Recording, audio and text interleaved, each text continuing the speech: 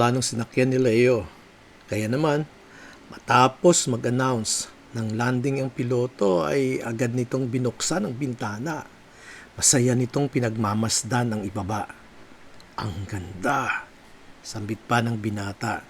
Animoy mga gintong kumikislap-kislap ang mga ilaw sa kabuang siyudad ng Dubai. Matapos ang disembarkation sa eroplano ay lalong namangha ang binata sa pagpasok nito sa loob ng airport. State of the art at moderno-moderno ang architectural designs nito. Sambit niya, wow, wow, what an airport. Nagpatuloy ito sa paglakad at tinungo ni Leo ang pila sa immigration. Laking gulat niya sapagkat napakabilis ng proseso. No question asked at may bonus pang welcome words na galing sa immigration officer. Sa isip-isip ng binata, sana may ganitong ugali ang IO sa Pinas. Mantakin mong i-welcome ako ng immigration officer at nakangiti pa. Pagdating ni Leo sa tutuluyang plot, dadatnan niya si Abel sa loob ng kwarto at agad naman itong nakipagkwentuhan sa kanya. Katulad niya, si Abel ay isang visit visa holder din. Ikaw pala si Leo. Tumawag ang landlady natin kani-kanina lang na parating ka ro ngayon. Kaya naghanda na rin ako. Ito pala Brad ang bed mo. Dito ka sa baba matutulog. Diyan sa taas, si Brex.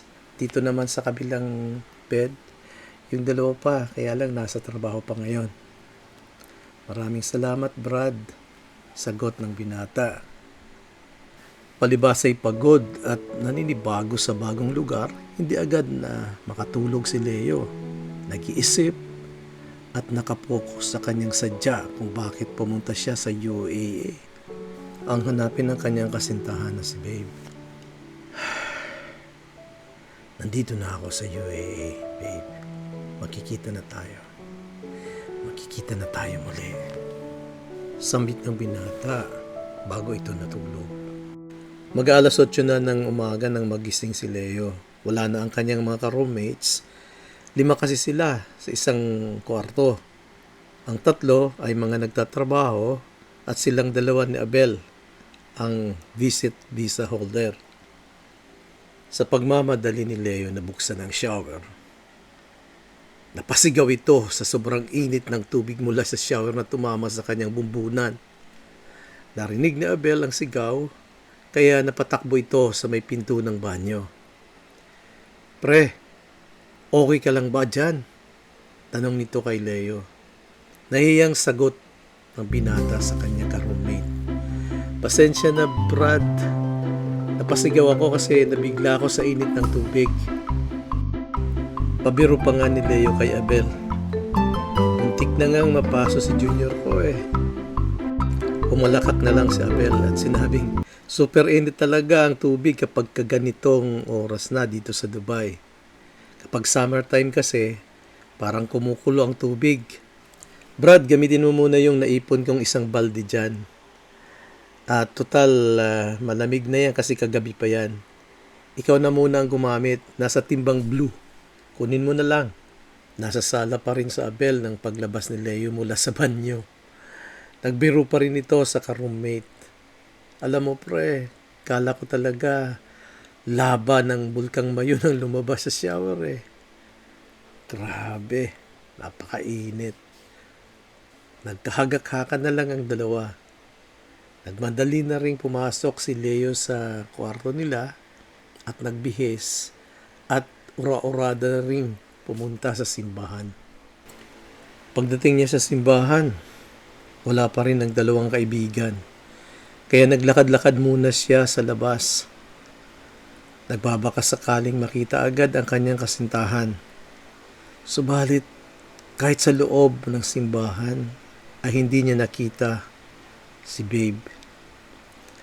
Sa pagsisimula ng misa, isang masayang pagbati ang tinuran ng Pilipinong pare. Sa lahat ng visitor visa holder na bagong dating, welcome po kayo sa Dubai at sa buong United Arab Emirates. Isang masigabong palakpakan ang pa-welcome ng Filipino community sa kanilang mga bagong dating. Matapos ang misa ay dinala si Leo ng mga kaibigan niya sa Jumeirah. Naglakad-lakad sila sa may mga restaurant upang maghanap ng magandang pwesto.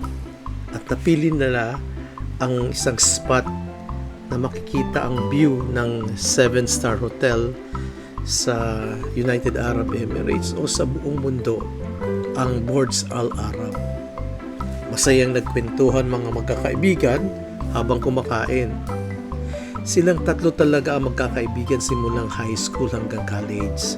Kaya kilalang kilala nila ang bawat isa. Isa sa natuon na usapan nila ay ang tungkol kay Elaine.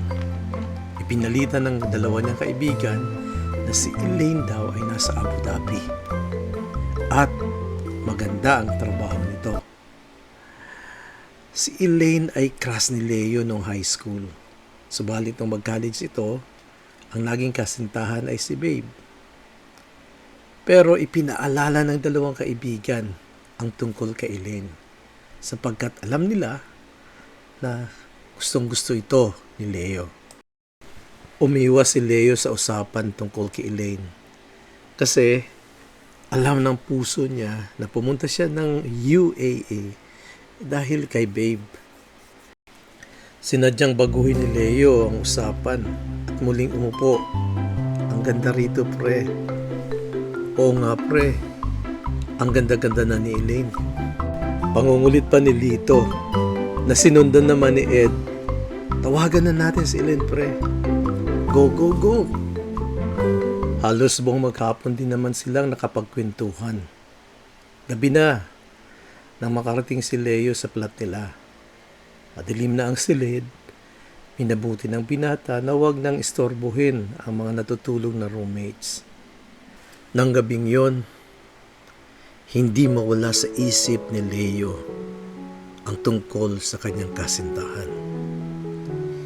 Hindi niya alam kung saan sisimulan sa paghahanap sa kanyang mahal na si Babe. Hindi sinabi ni Leo sa kanyang mga kaibigan ang tungkol sa kanilang dalawa ni Babe.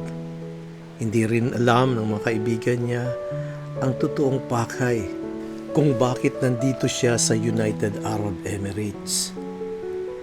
Sa kanyang pagmuni-muni ay biglang sumagi sa isip si Elaine. Maaring curious lang siya sa mga tinuro ng mga kaibigan kanina lang. Matagal-tagal na rin kasi niyang hindi nakikita si Elaine. Isang buntong hininga ang pinakawala ng binata. At napatanong ito, kumusta na kaya siya? Kumusta na kaya si Elaine? Ano na kaya ang itsura niya?